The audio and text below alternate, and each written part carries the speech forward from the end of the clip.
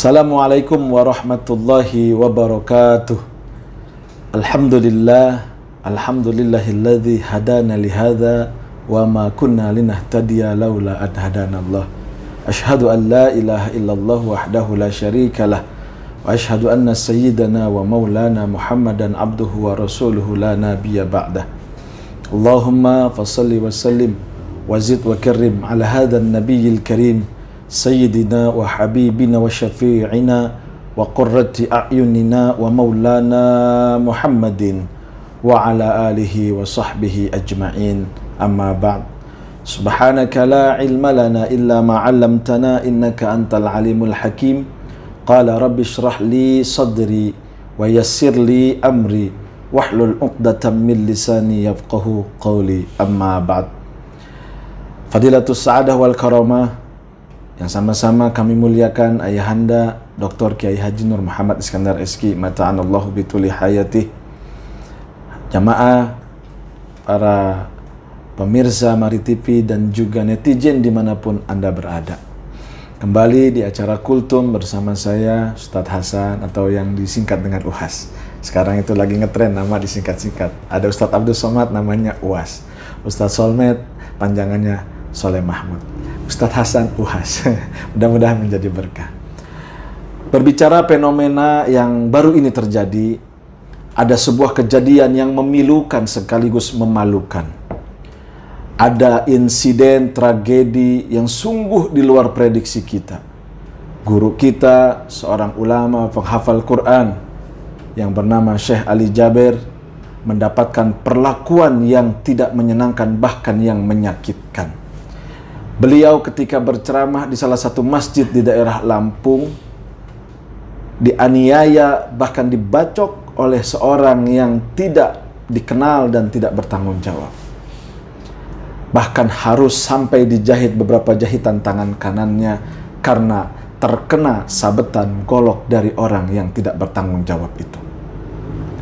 Melihat fenomena ini, tentu kita sangat pilu dikala ada seorang ulama yang memberikan tausiah yang dengan lemah lembut, tausiah yang dengan kelemah lembutan suaranya, ketinggian ilmunya, keluasan fahamnya tentang agama, harus dianiaya oleh orang seperti itu. Na'udzubillahi min dzalik.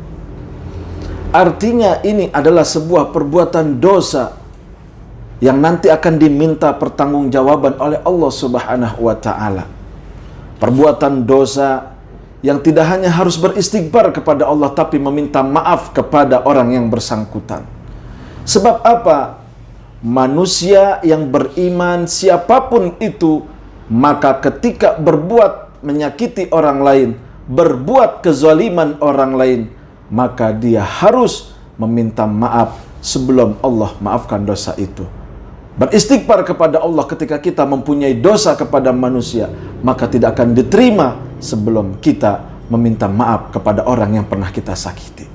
Allah berfirman, bahkan Allah berfirman dalam Al-Quran, innal ladzina yu'dzunal mu'minina wal mu'minat bighairi maktasabu faqad ihtamalu buhtanan wa ithman mubina.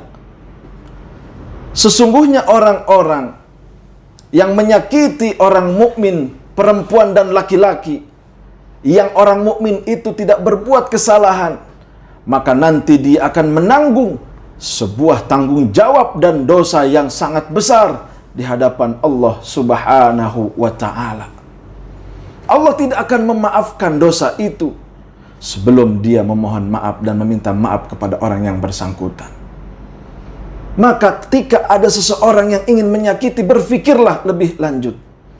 Berfikirlah untuk tidak mudah menyakiti orang lain. Berfikirlah untuk tidak mudah berbuat zalim kepada orang lain. Karena apa?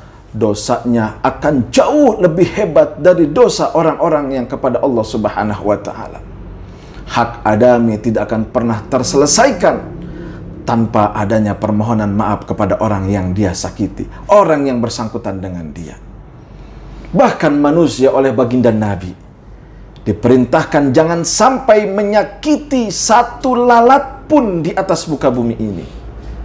Jangan pernah menodai kesucian daripada orang-orang mukmin dengan menyakiti dan juga mencabut alam semesta. Pepohonan tidak boleh dicabut dengan sembarangan. Tumbuh-tumbuhan tidak boleh diangkat dan dicabut, diinjak bahkan dalam keadaan tumbuh.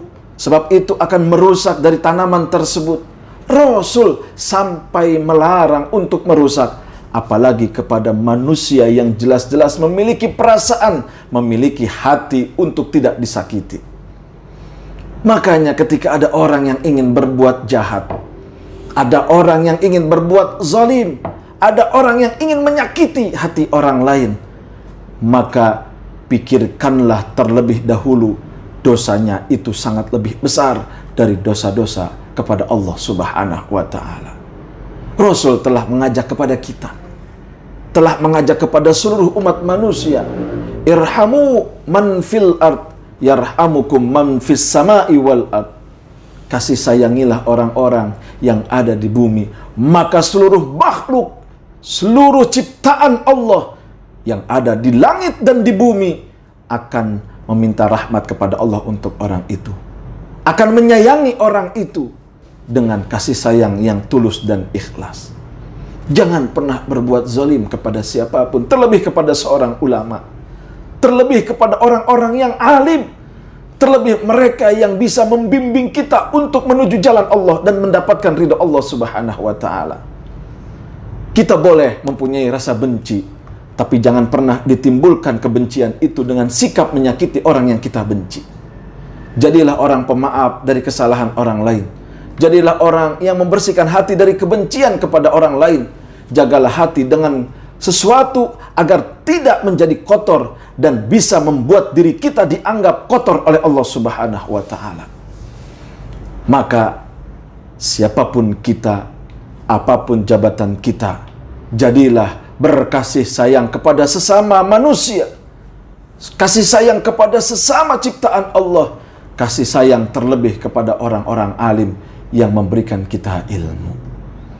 Dari atas panggung mimbar ini yang mulia, dari depan kamera ini saya menghimbau, jangan pernah kau sakiti tubuh seorang ulama, jangan pernah kau aliri darah seorang ulama, sebab di dalam tubuhnya akan mengundang dan mengandung racun yang akan menyakitimu kelak nanti di hari kiamat, di saat dituntut semua balasan dari amal perbuatan kita. Faman ya'mal mithqala dzarratin khairan yarah.